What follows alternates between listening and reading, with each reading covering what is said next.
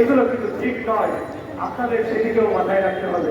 আরেকটি কথা বলে শেষ করবো যে মাহমুদুর রহমান ভাইকে, যে উনি, আপনারা দেখেছিলেন না সবাই, ওই কুষ্টিয়া আদালতের মধ্যে গিয়ে একটা সুস্থ সবল মানুষ গেলে কিভাবে রক্তাক্ত করা হয়েছিল।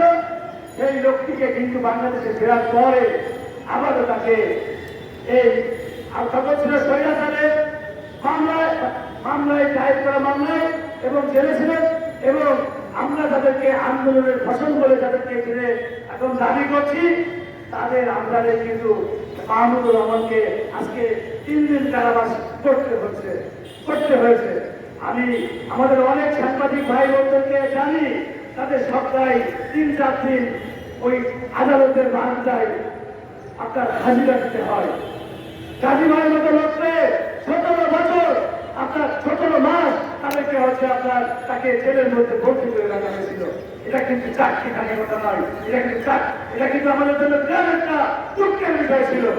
তারা তাকে আটকে রেখেছিল, সেটাও কিন্তু আপনারা সবাই আমরা বিষয়ে জানেন। তাদের বন্ধুরা